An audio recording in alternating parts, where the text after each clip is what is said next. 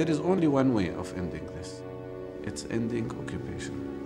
Because occupation has become the cancer that is eating the lives of both people.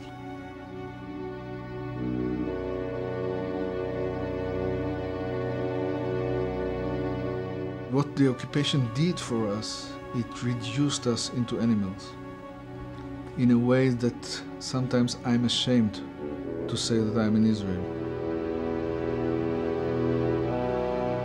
This is, you know, a huge bluff of the Israeli establishment, that every, criticism of its policy is anti-Semitism.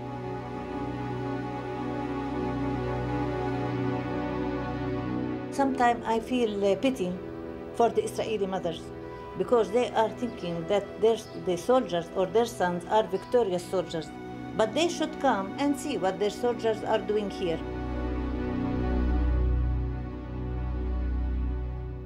"25 years ago, I made a film called Palestine is Still the Issue. It was about a nation of people, the Palestinians, forced off their land and later subjected to a military occupation by Israel, an occupation condemned by the United Nations and almost every country in the world, including Britain. But Israel is backed by a very powerful friend, the United States. So in 25 years, if we're to speak of the great injustice here, nothing has changed. What has changed is that the Palestinians have fought back. Stateless and humiliated for so long, they've risen up against Israel's huge military machine, although they themselves have no army, no tanks, no American planes and gunships or missiles. Some have committed desperate acts of terror, like suicide bombing. But for Palestinians, the overriding routine terror, day after day, has been the ruthless control of almost every aspect of their lives, as if they live in an open prison. This film is about the Palestinians and a group of courageous Israelis united in the oldest human struggle to be free.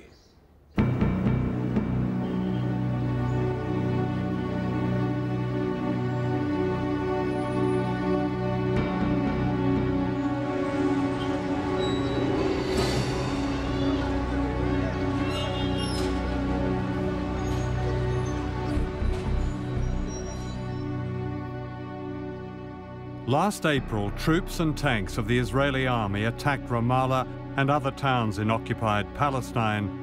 This was reported as an incursion to stop terrorism. In fact, it was also an attack on civilian life, on schools, offices, clinics, theaters, radio stations. This systematic vandalism is typical of one of the longest military occupations in modern times.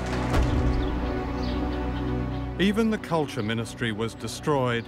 The director, Liana Badri, a distinguished novelist and filmmaker, showed me the devastation shortly after it had happened. This is the administration room. We had a lot of files here. Yeah. You can see that everything were broken. It was the best place in the ministry. I mean, what you did here was promote projects for Palestinian culture, basically. Filmmaking, projects for children. Exhibitions, book exhibitions, painters exhibitions, festivals, dance, folklore. We had a lot of projects. Now we don't have anything to begin. We don't have computers, equipment, furniture, and we have this feeling of humiliation. The smell is awful, isn't it? Look at this. Smell is awful, yes. This is a bag of shit, and there's shit smeared all over the photocopier. Two. So they just ate and defecated in the same Yes, place. and putting them on the photocopy, putting the shit everywhere, even on the walls. And you can see that we have two toilets in every floor, but they didn't use the toilet. All the time they were making it on the floor or anywhere, as you can see.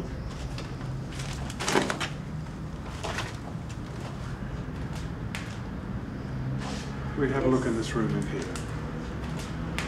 Good grief. Look at this. These are children's drawings, aren't they? Yes. This is a room specialized for children's work, children's paintings and children's culture, and to encourage them to paint, to let them express themselves, to make competition, writing competitions. But you can see how they destroyed everything. They don't respect anything. They just want to come and destroy, and this is the systematic terrorism of the Israeli state. For the Palestinians, this cultural vandalism means a deliberate intention to destroy them as a nation. The heart of the conflict here is a struggle for land, for the hills and valleys of Palestine, for precious water and fertile soil.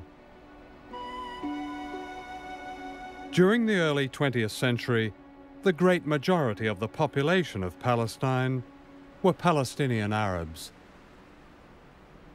In 1948, Israel was founded in the shadow of the Holocaust. For the Palestinians, this meant the loss of 78% of their country. Today, they are seeking only the remaining 22% of their homeland. For 35 years, that homeland has been dominated by Israel. In 1987, the Palestinians rose up in what they call intifada. History will surely call it a war of national liberation. They fought mainly with slingshots against tanks and planes, and they were put down with this kind of brutality. Israeli soldiers deliberately breaking the bones of prisoners. Some of the soldiers later insisted they were carrying out official Israeli policy.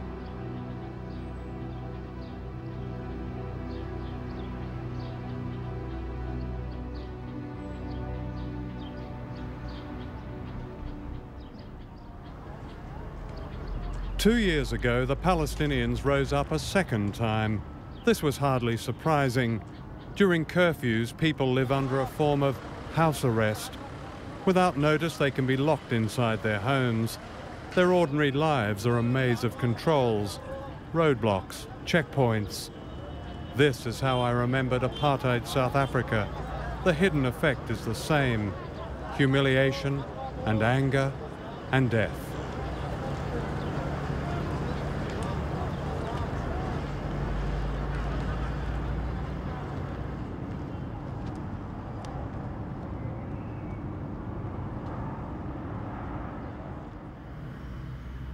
This Palestinian woman knows how devastating the impact of checkpoints can be. Last October, she was about to give birth to her second child, and she and her husband set out for the nearby hospital. They were stopped at an Israeli roadblock where they pleaded to be let through. ما بقوا 6 7 يعني منهم كلمة ولا كلمة دفشوا مين؟ دفش جوزي فهذاك ضربه في البرودة الثاني ورمى عليه الهوية فعودنا رجعنا على سبيل إنه يعني مزاجهم يمكن رايق فما رضوش من ننزلها مشي ما رضوش ساعتها خلفت كانت حماتي معاي فهي قطعت حبل السرة في شفرة ويوعي الولد يعني ضل يوعي الولد فعاود لفه بجاكيته ولفينا عن طريق كرمزان اتصل في سيارة من كرايبة شوفير عودنا طلعنا لما وصلنا المستشفى الفرنساوي اللي هو الولد متوفي.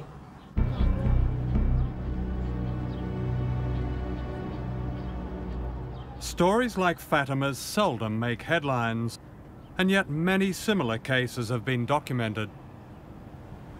ليش بيسووا فينا هيك مش عارفين احنا يعني. ايش بالنسبة إلي أنا يعني شو بيني وبينهم. مع كل الشعب الفلسطيني. عندهم يعني تأخذين في الكلمة كلب يحووا ولا يحووا عربي.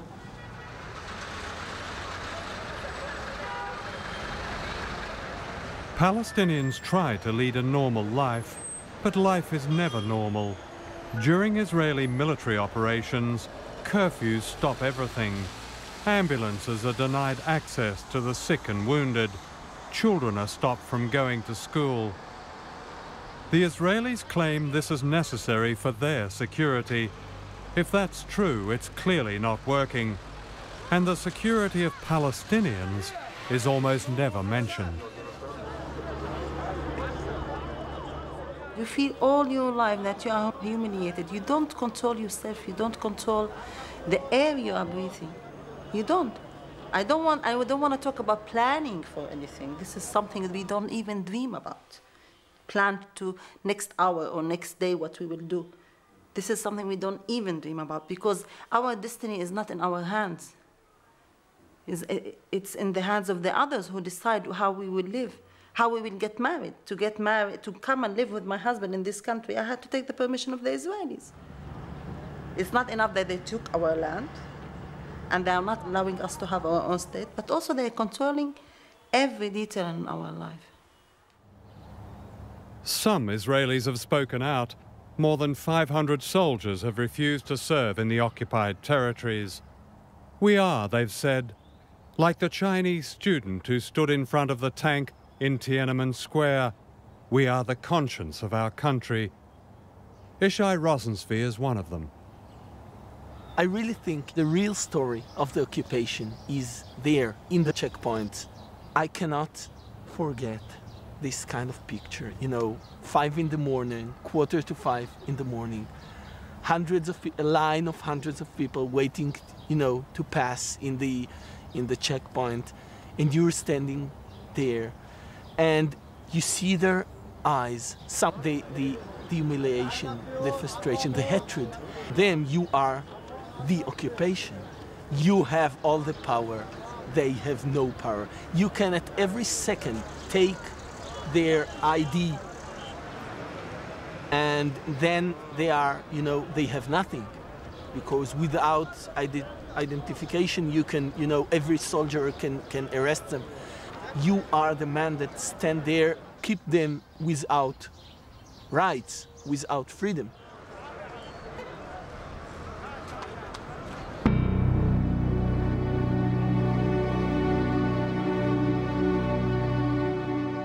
The world often sees the issue of Palestine through the tragedy and horror of suicide bombings, an expression of despair by powerless people against an oppressor armed with modern weapons.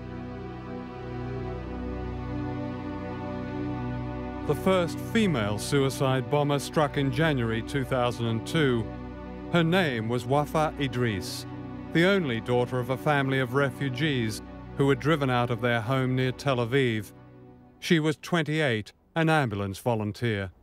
وبعدين علاقة صداقة كانت موجودة بينه وبينها.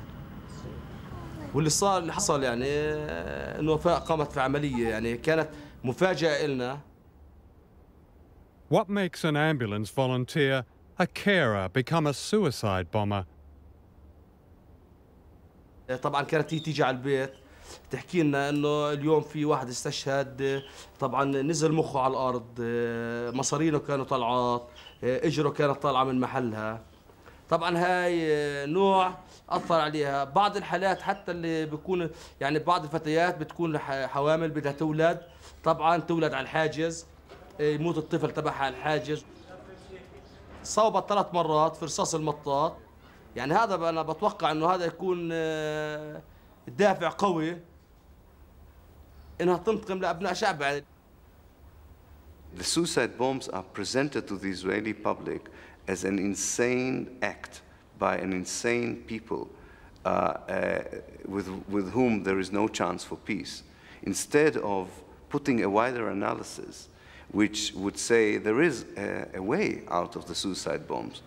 While everybody condemns them, and rightly so, there is a way out of it. And the way out of it is to provide the circumstances in which these young people would find avenues of hope instead of avenues of despair. There is, I would say, an orchestrated campaign to silence that kind of analysis inside Israel.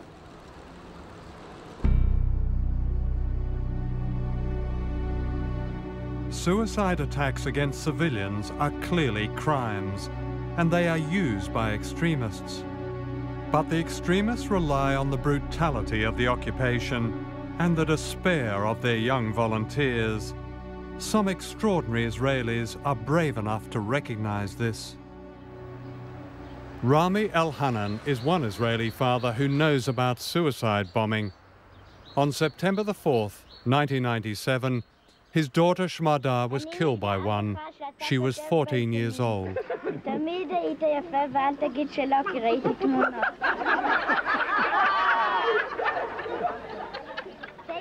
She was a child of peace.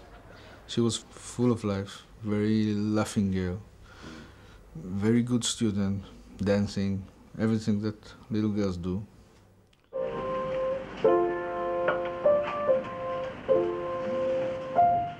It was the first day of school and she was going down the Ben Yehuda Street, which is some kind of a mall, to buy some books for the new year with two girlfriends of hers.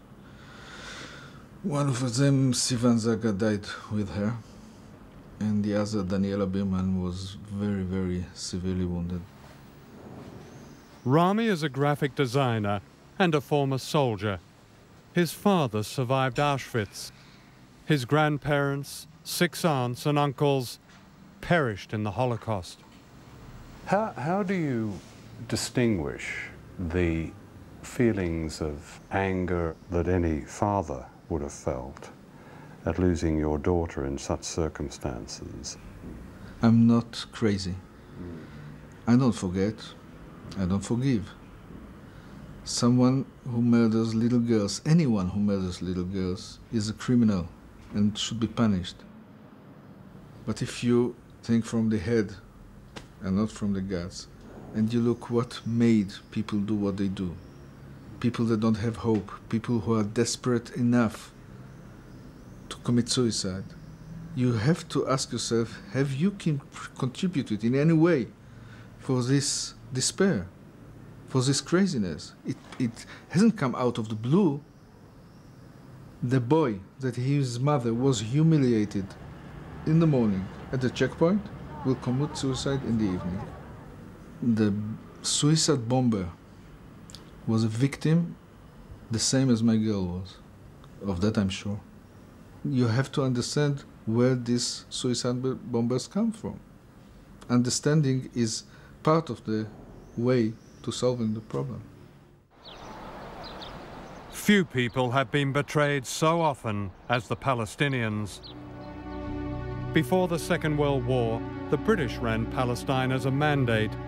They had promised the Palestinians an independent state, but they also promised Palestine to the Jewish movement known as Zionism. In 1948, when the State of Israel was founded, the Arab world revolted as Palestinians were expelled from their homes or forced to flee in a blitz of fear and terror. 750,000 people became refugees. Israel's military hero, General Moshe Dayan, later admitted, Jewish places were built in the place of Arab villages. There is not one single place in the country that did not have a former Arab population. While Palestinians were denied the right to return to their homes, anybody who could prove they were Jewish had the right to settle in Israel. In 1967, Palestinians once again fled their homes during the Six-Day War when Israel occupied the remaining 22% of Palestine, describing this as an act of self-defense.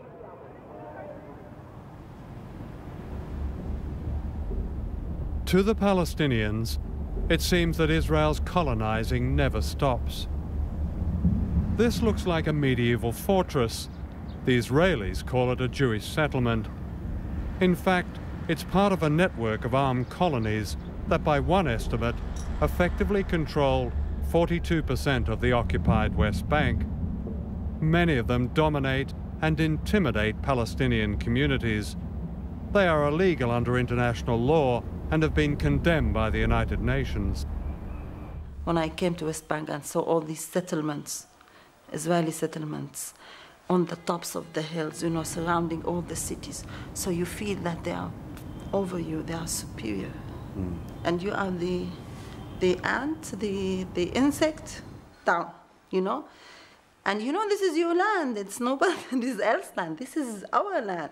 But still, they are the ones who are on the tops, and they have all the weapons, and they control also everything in the West Bank. This is Moshe Dan.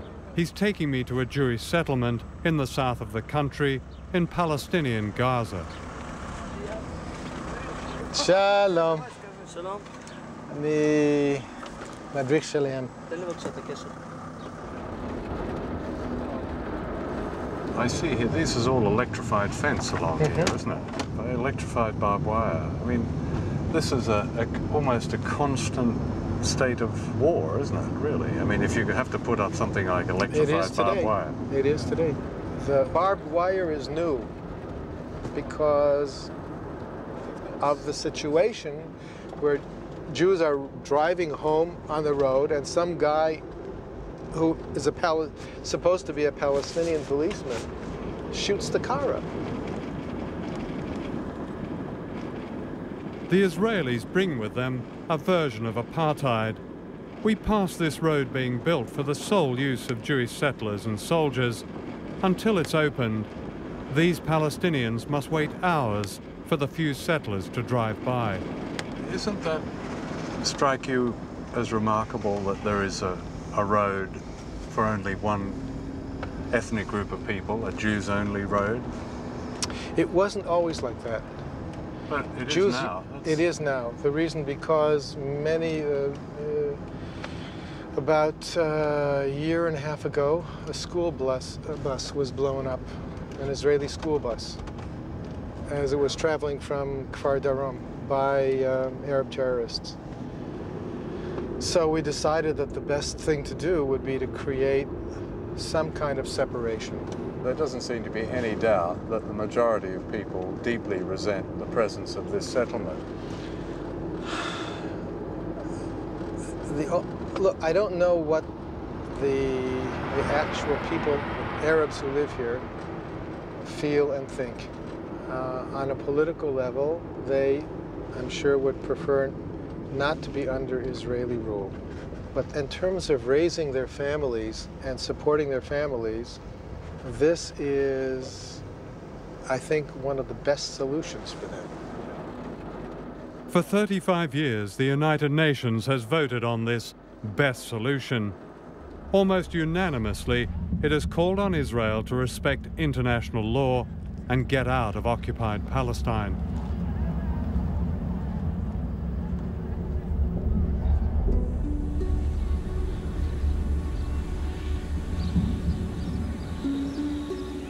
Inside the settlers' fortress is a surreal middle-class suburb, dropped into one of the most overcrowded and porous corners of the world.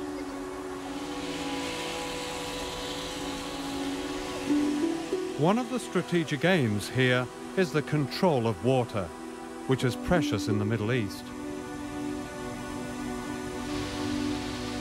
While Palestinians often don't have enough running water, sometimes none at all in the heat of summer, the settlers seldom run out.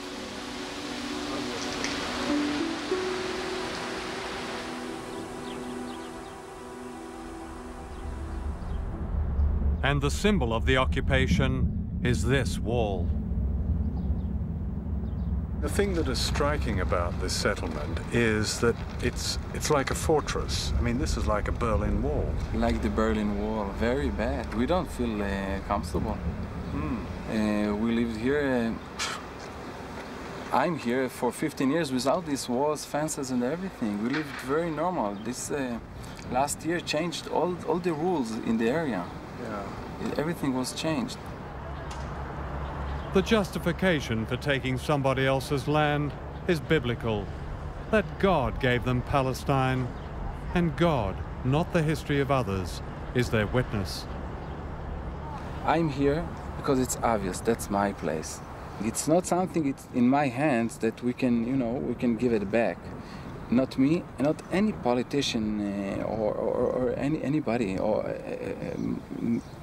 parliament or whatever, because it's a movement.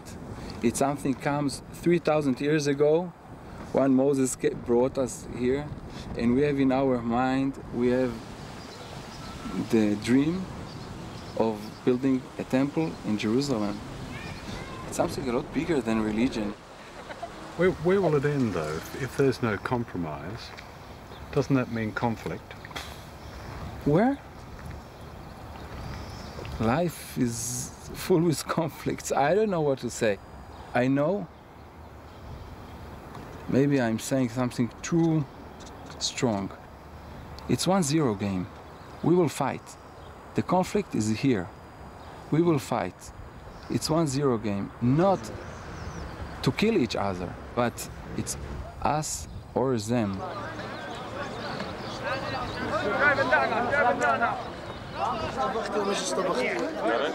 On the other side of the wall is the reality of Palestine.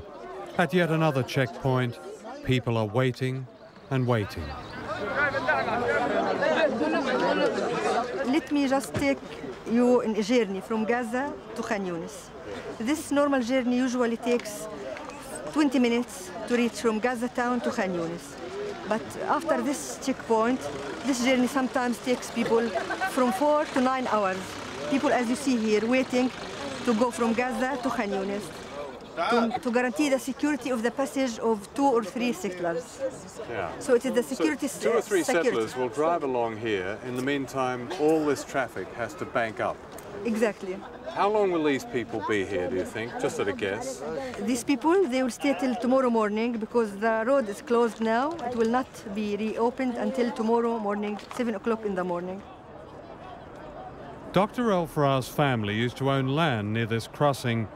The Israelis confiscated it and demolished her home.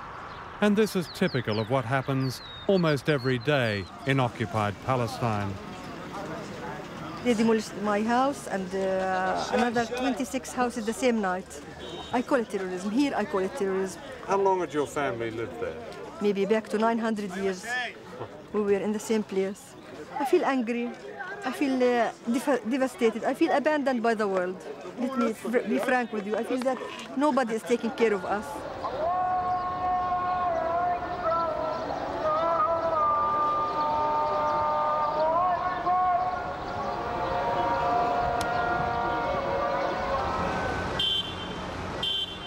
This is Gaza, just a few miles down the road from the affluence of the Israeli settlement. The contrast is extraordinary. Almost 1 million Palestinians are trapped behind electrified barbed wire and roadblocks. Always waiting for invasion, their defences are pathetic mounds of sand. Fear has a permanent presence. Waiting for the invasion is worse than the invasion itself. Because you're waiting, you don't know when, where, and how they will hit or come in. The first time they bombed in Gaza, I was there in another flat, and we had children, many children in the building. And I heard all the children and their mothers screaming and crying.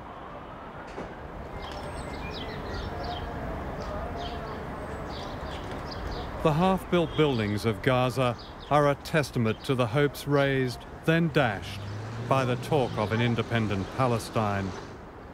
Without Israeli permission, most people can't leave and they can't return. They can't get to jobs. Their produce can't get to market. Most struggle to live on about £1 a day, a poverty compounded by an Israeli policy called closure.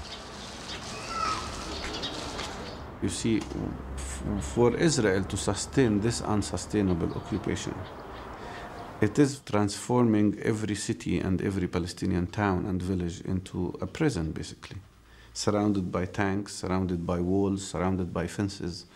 And it's not like they're building a border between us and Israel. It's building borders inside West Bank and Gaza, between our cities and towns for the sake of their settlements. They are obliging us to be occupied people and not citizens. The United States, Mr. Prime Minister, has been proud of its association with the State of Israel. Rest assured that the security of Israel is a principal objective of this administration. I want everybody to know, should I be the president, Israel's going to be our friend. I'm going to stand by Israel.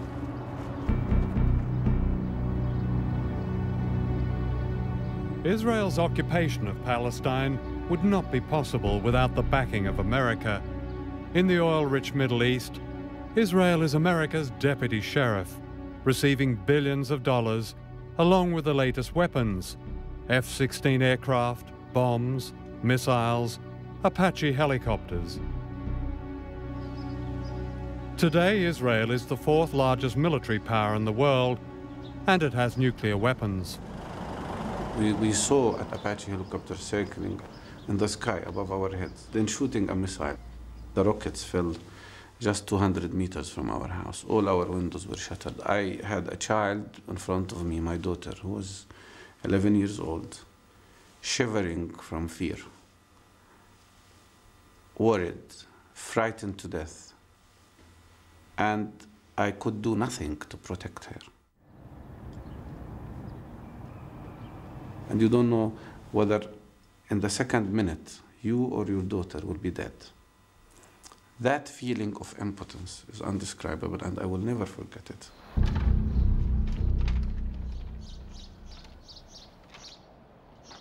This is bomb damage in Gaza. Although America is Israel's main arms supplier, it's not widely recognized that Britain also fuels the conflict here, even though it condemns Israel for its illegal occupation.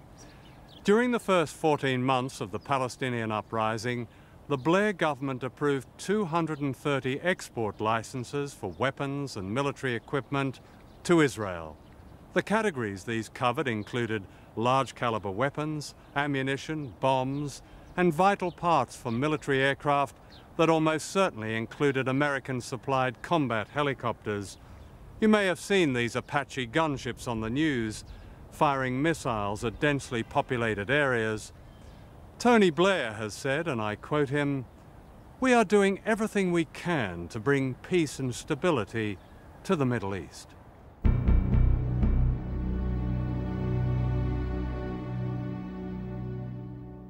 As much as they humiliate us and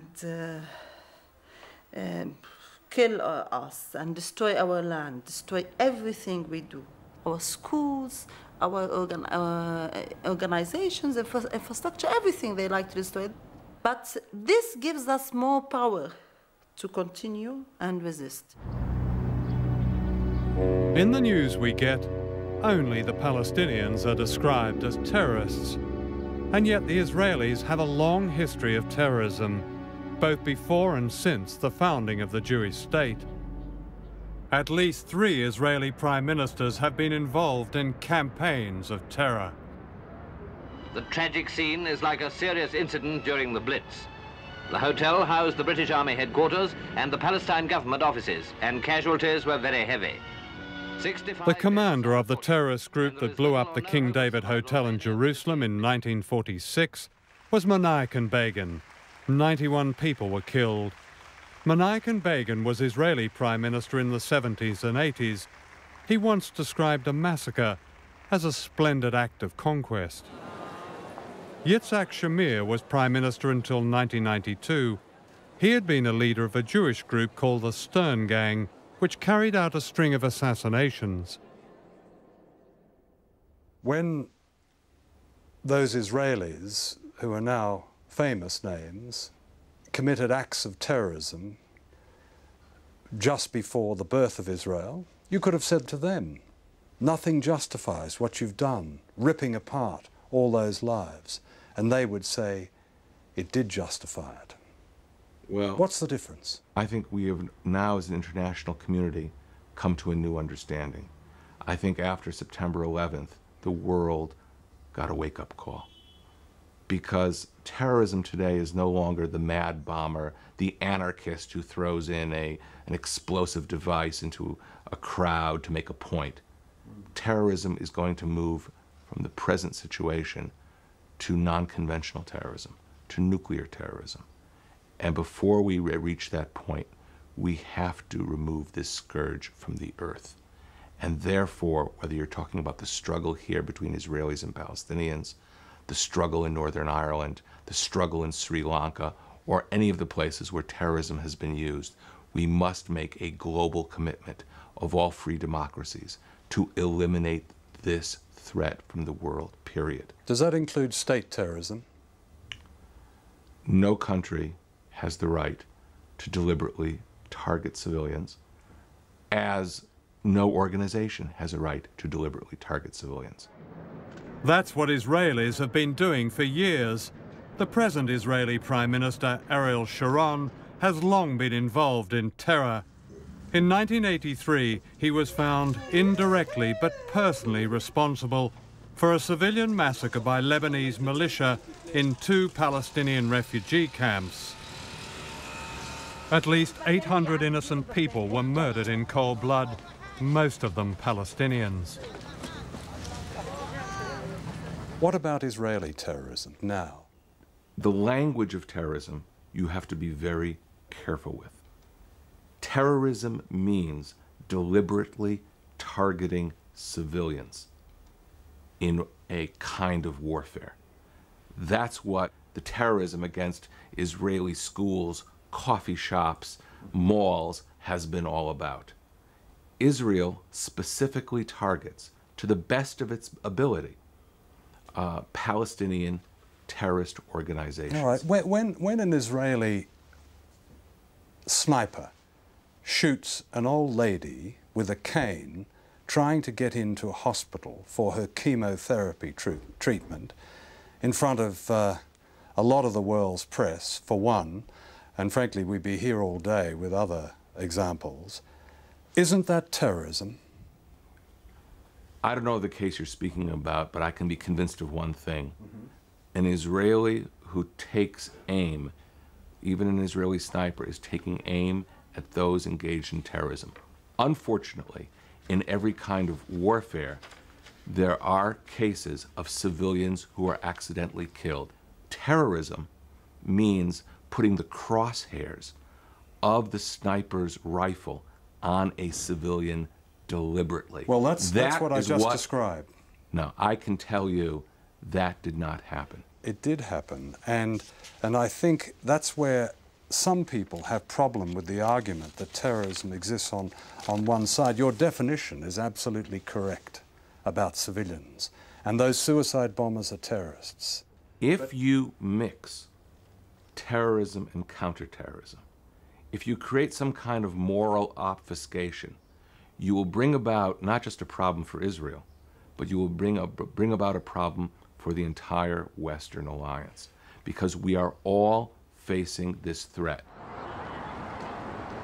It's hard to see the difference between what the Israelis call counter-terrorism and terrorism. Whatever the target, both involve the killing of innocent people. This is what happened when Prime Minister Sharon sent tanks into Bethlehem earlier this year. We had a day before a private hospital director who was going from the hospital in Al-Khadr to Bethlehem to get supplies for his hospital. His plate number was known to the soldier, his name was known to the soldier, and they knew that he is the director of a hospital, but he was shot by a high-velocity bullet.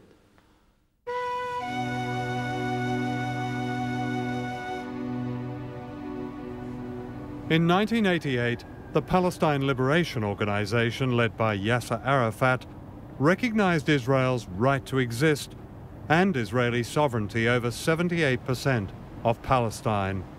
It was an historic compromise. And in the early 90s, a breakthrough for peace seemed possible. It was in this room in a Jerusalem hotel that the first direct talks between Israeli and Palestinian officials took place in 1991. These led to further meetings and an agreement in the Norwegian capital, Oslo, that set up an autonomous mini-state in the territories occupied by Israel since 1967. For Yasser Arafat and his people, it was seen as a beginning, but the reality was different. What the majority of Palestinians got was a classic colonial fix. Arafat and his elite got the trappings and privileges of power, while the mass of the people got what one Israeli journalist called the autonomy of a prisoner of war camp.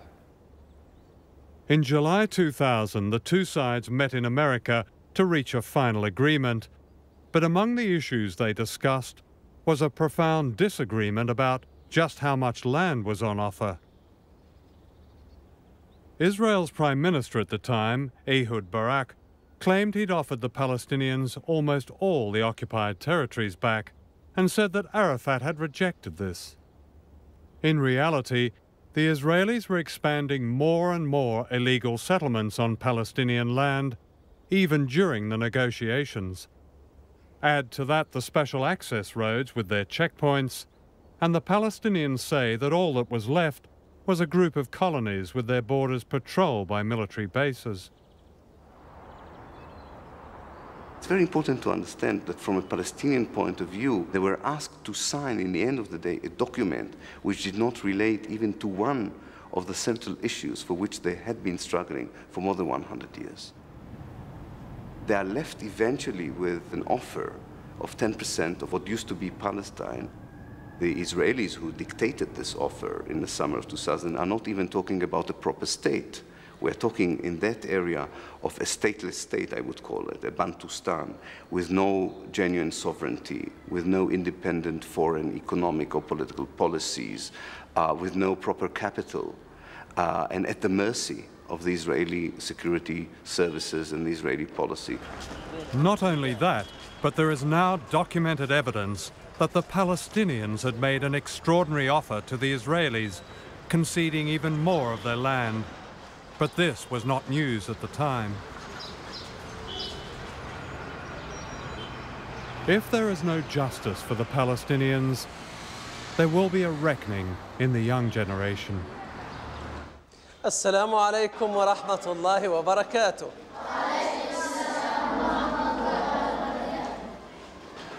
أنا اسمي خالد دحلان. اليوم راح نلتقي مع بعض أنا وياكم علشان نعمل اللي هو اللقاء حول الرسم الحر. Dr. Dahlan runs a project for children in Gaza. He asked these boys to draw anything that was on their minds. Most of these children are traumatized by the fear and violence of the occupation. The majority of our children exposed directly to the attack or to the bombardment by the Israeli army is traumatized. There is many symptoms.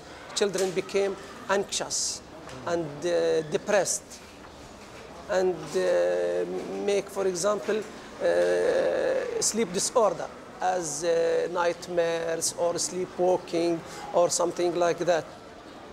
Many children, they cannot concentrate well to study. Nearly every drawing is of violence. Nearly every family in Gaza has lost someone, either to an Israeli jail or to violence. Dr. Dahlan's goal is to help the children keep the last thing that belongs to them, their sanity and their life. There is a conflict between the Israeli soldiers with the tanks and the Palestinian kids who threw stones. And they cry, La ilaha illallah, there is no God except Allah. What children in other parts of the world would draw as fantasy they draw here as real life? Yes, war and violence. This is a good thing to protect the children from the mental disease. I don't want my child that I've been working on having for 15 years to come, and when he's 10 years old, he goes to a settlement and he wants to kill his parents. And the only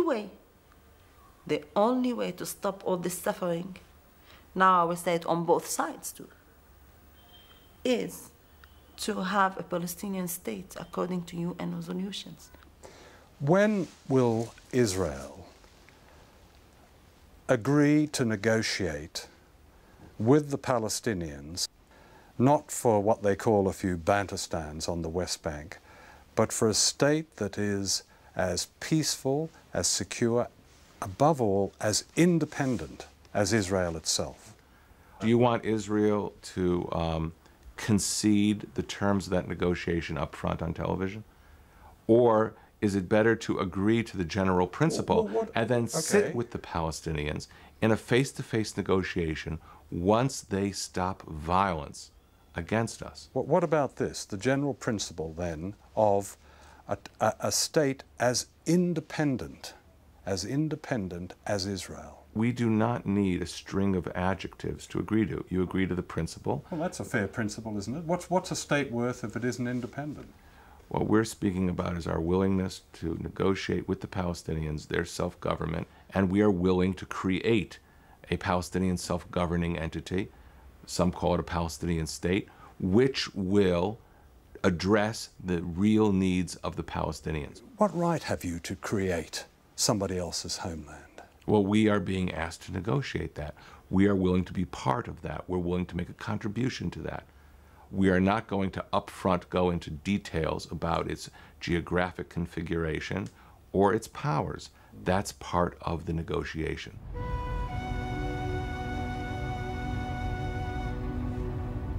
I support sanctions, selective sanctions on Israel, because I tell my friends here and my colleagues, I would rather have you pay an economic price than pay the price I think you will pay in terms of human lives. The stronger party in the conflict, Israel, has to understand that there is a price for going on with the policies it carries. What do you say to those fellow Israelis who will inevitably come up with the view that in the end we're going to be pushed into the sea? This expression, will be pushed in. By this mosquito, we are the most powerful power in the Middle East. We have one of the greatest and more powerful armies in the world. In this last operation, there were 4 divisions, armored divisions, against some 500, 2,000 armed people. It's a laugh. Who will push us into the sea?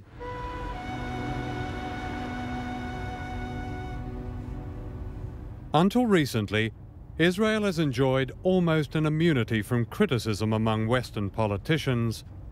This has been largely due to a fear of being labelled anti-Semitic, a fear manipulated by the Israeli government and its foreign lobbies. I think the Holocaust memory does not allow any moral criticism of anything that Israel does. Europeans in particular, and the outside world in general, are not allowed to voice criticism on Israel unless, again, what Israel is doing is akin to what the Germans had done to the Jews. And if you do criticize Israel, you are immediately charged with anti-Semitism.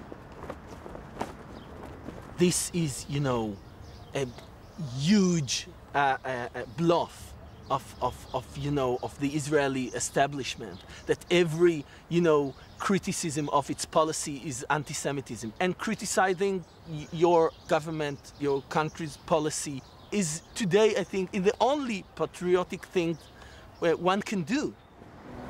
The Israeli government denies it, but Palestinians fear that there are plans to take all of Palestine, trapping or expelling them indefinitely. We are not against the Jews.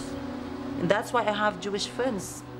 We are against, politically, the governments of Israel and the army of Israel who denies our rights. And I hope to have peace here with the Israelis. But with dignity, this is very important for us. With dignity, it means with our full rights. The Palestinians will never be destroyed. They will never disappear. We are not the Red Indians. We will not be cancelled from history just like this, no.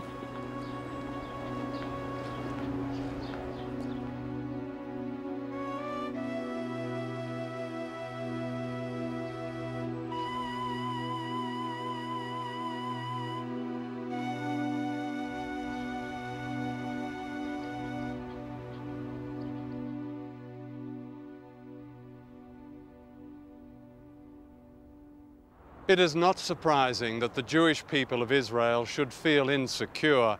No one should ever forget that the most devastating genocide in human history happened only 2 generations ago. But a true sensitivity to that awful memory comes from the same basic humanity that recognizes the suffering of the Palestinian people and the courage of their endurance.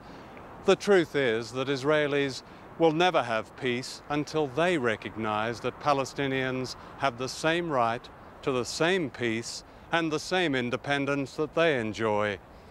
Recently, that great voice of freedom, Archbishop Desmond Tutu, asked this: have the Jewish people of Israel forgotten their collective punishment, their home demolitions, their humiliations so soon?